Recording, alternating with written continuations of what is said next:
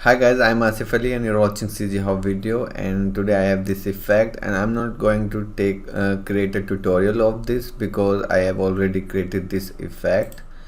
See, 1 week ago, this is the ice effect. I just duplicated this effect and changed the color and some elements. So this is exactly the same, and I have already described all the elements here. You can watch this tutorial, AOE ice, and I'll just quickly show you all the elements again what I changed, and I will provide this file also for download so you can just check that out. So let's start this video. So with this view it will also look good. So let's just move it like this.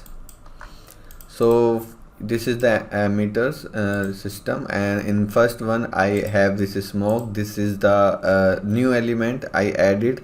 I didn't have here this smoke, so I added this smoke. You can see from the center. If I just increase the opacity, it is now 0.5. Let's make it 10, so you will have visibility how it's. So it's a ring of smoke bursting from center with a slightly random color. I'll make it 0.5 again.